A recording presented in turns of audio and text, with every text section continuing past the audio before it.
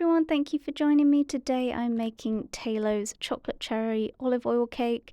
This is really good timing for me because I'm watching Pokémon on YouTube at the moment and I haven't long watched the episode where Ash has actually caught his Taillow now.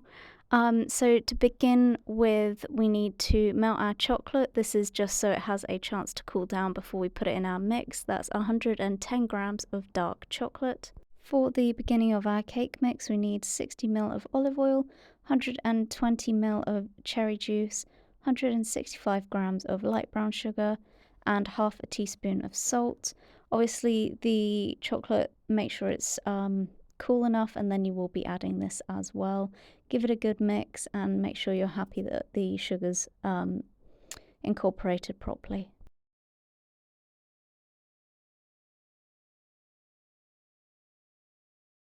Once you're happy with that, add 2 large eggs. That's again why you want your chocolate to be cool so that doesn't scramble. 1 tablespoon of vanilla extract and 1 teaspoon of almond extract.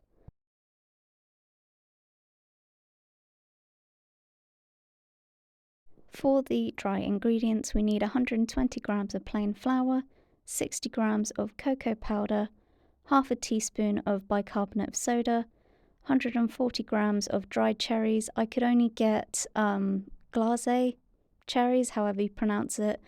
And then we will also want some chocolate later for decorating.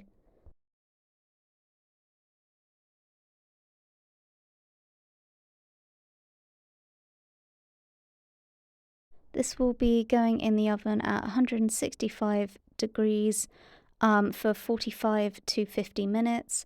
It does suggest to put it in a round tin. I just put it in a rectangle one because of how I want to share this out later, but it's obviously up to you.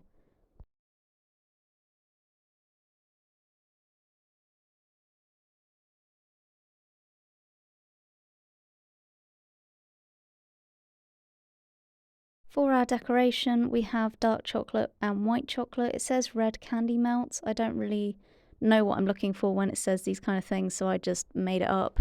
And I tried to decorate it as best I could. I think I probably wanted some more chocolate melting before I did. And then I just stuck some of the spare cherries on top. Let me know what you think, what you want me to make next. As always, stay safe, and I will see you in the next one.